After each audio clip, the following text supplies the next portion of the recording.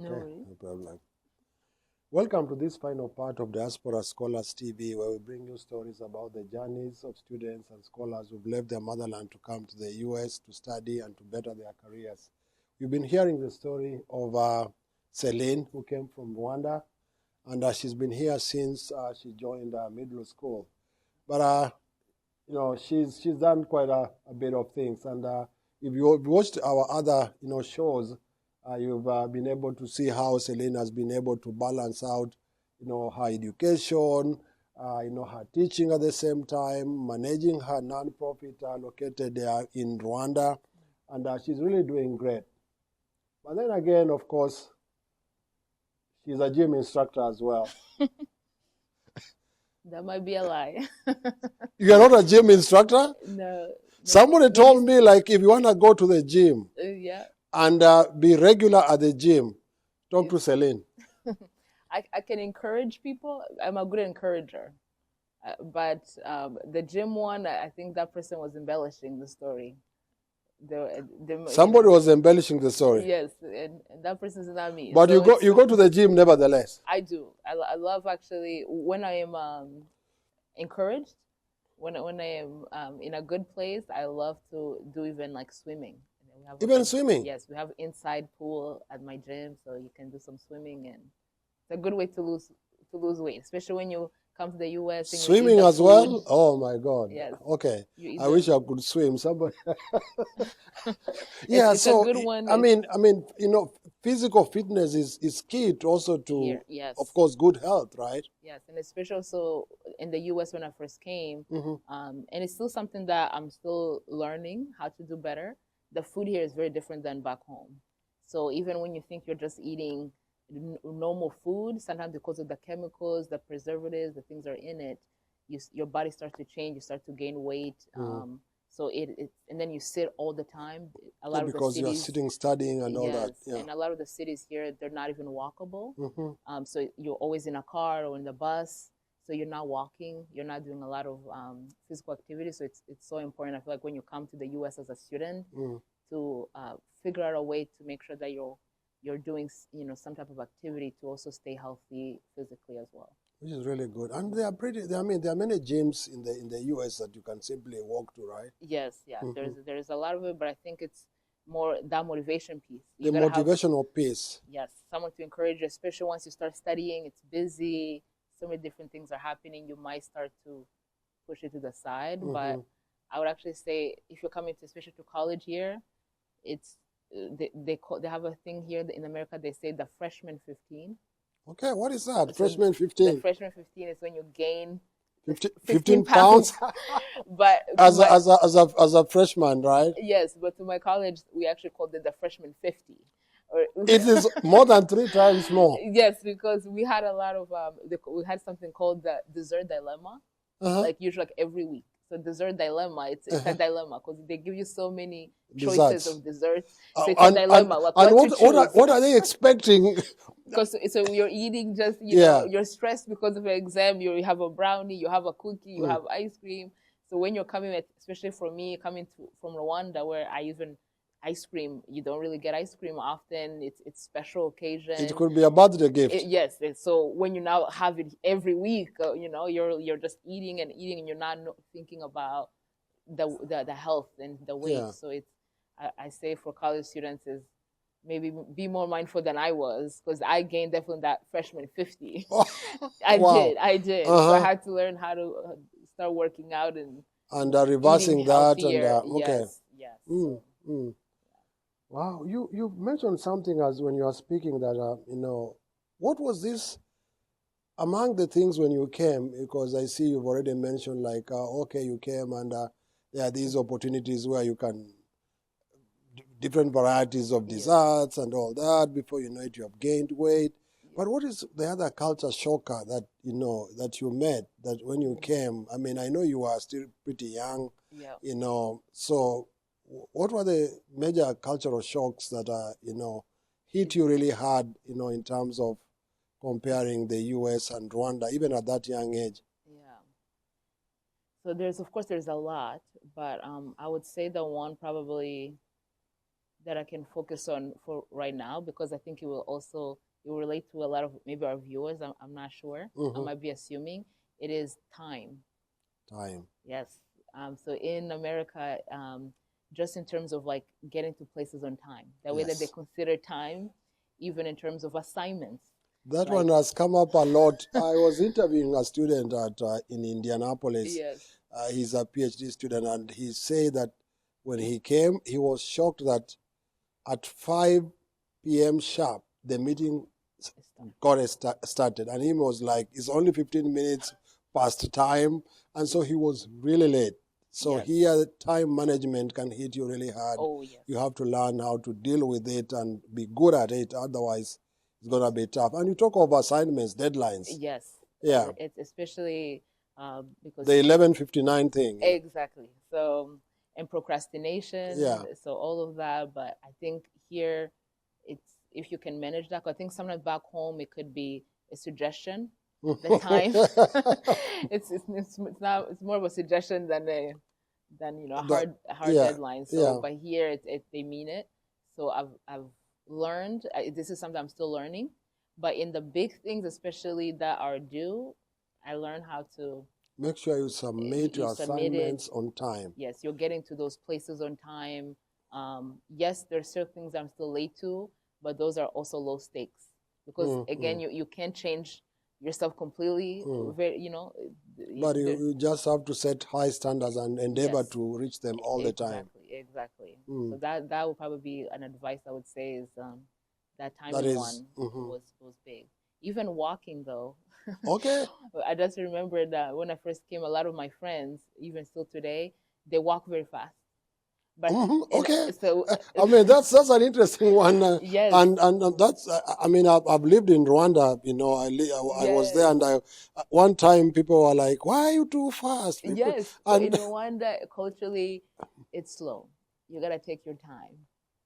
Because if you're rushing, it's almost as if it's not even graceful. Yeah, actually, some people would think that you are rude because it's like you are trying to outcompete other people. Yeah, so that's a different culture for sure. Yes. So here, when I'm walking with friends too, I'm slowing down. But in everything, actually, even eating, sometimes I would be the last one to finish, and so they have to wait for me. Okay. And so in a lot of things, I think here there's a way of doing things fast. In fact, talking of even eating, I mean, here people eat while walking. Yes. And in many parts of Africa, you can hardly see anybody carrying even a drink and drinking while walking, right? Yes. And so, because here it's almost, just everything is like time. So you rushing. And there's good parts of it, but I think there's also actually beauty in how we do also things back home. Yeah, sure. Even in that digestion, actually, because sometimes I'm like, let me sit down and eat properly and digest. Exactly, yeah. Because sometimes I realize when I'm rushing and I'm eating, that's just where I'm not even conscious of what I'm putting into my body, and that's where the weight issues comes in. Health and Yeah, so, and you are more likely to eat fast foods because it's fast, right? Yes, so that's another one. I think just the timing of everything, even speaking. Just sometimes if you're speaking slower or not even loud, that was also a thing where people think like, what are you saying? What are you really saying? Yeah, so they want you to speak louder. Because culturally in some parts of Africa, speaking slowly and more, with a low voice is meant to be like speaking respectfully. Yes. And so you tend to speak more slowly and in low tones because you are trying to be more respectful. Yes. But not quite that here. Here sometimes it could actually be said as like you are not, what's the word? Just kind of like, I don't want to say the word intelligent, but sometimes when you're speaking, let's say slower, they think you're not fast. They think you're not smart enough. Yes, you're not thinking fast. So here I've definitely seen there's a value of like quickness and so, but I think as a person you have to decide how to navigate that. Because for me, I still don't speak probably as fast or as loud as as they would like, but I try also to meet in the middle. So that also reminds me, and probably even in classroom you could see the difference. Students are very loud, they are very talkative, they really want to participate, and so that was a bit different, right? Yes, it was definitely a big culture shock as well. Just the classrooms here and back home. Mm-hmm. I think back home sometimes in a lot of African cultures, it's Mm-hmm. when an adult is speaking, oftentimes like the children are silent. Yeah. But here it's also about that, like the student voice. I feel it's big here as well. So it's not just, and sometimes the students, they say you have to earn their respect. You have to earn. So whereas respect. I feel like back home it's usually a given. If you're an Yeah. adult and a child, it's then you pay attention. Whereas here it's part of, at least where I've worked, is part of the culture of like you have to earn sometimes the respect. Mm. So sometimes before you've earned it, you do sometimes then see that Mm-hmm. just sometimes you can have some challenge Here and there. experiences of just kind of connecting with your students because they still don't know who you are. They Yeah, haven't quite figured you and out. you know, you just have to find a way to make them understand, like, hey, this is who I am. Yes. It doesn't really mean that I am whom you think I am. Yes. Yeah, so at some point, obviously, you'll be able to create a relationship. And from the way you speak, you look, I mean, you are a very successful teacher, I must say, this far. You know, you've studied education all along. You're about to graduate. I mean, it's obviously very commendable, and you seem to have overcome all those culture shocks. Yes. And even been able to fit in and reverse some of the bad habits you think were coming in, which is really, really good. And obviously, it's many viewers, you know, who are aspiring to be like you, young girls, etc., should be able to be inspired by your story. Yeah, there was something I wanted to add to that. Sure. Just, as you were speaking, you made me think about when you said relationship building. That's another advice that I would give to the viewers, is to really to care about relationships, because the place that I've gotten to, a lot of it has been also because of valuing relationships. Whether it is small, it doesn't have to be that you're building a relationship with people that you feel like have connections, but with anybody. So whether it was with my students, whether it was with their families, their parents, whether it's my colleagues. So for me, like I just like seeing people as people, and not just as like a way for me to get to the next place or this, but actually valuing those relationships and people even who come into the school buildings to clean. And so really just making sure you engage with them, you say hello, you acknowledge them. And it's just, I've found for me, I've gotten so far in my life because of also valuing people and valuing relationships and that building meaningful relationships. Yes. Yeah, I mean, you are spot on that. I remember reading a book, I can't remember which one, but most likely a better way, to live. And some of the things they, provide in that book that can help you to live better, they says that try to create a meaningful relationship, even with people whom you will never be able to work together. There are people you meet every day.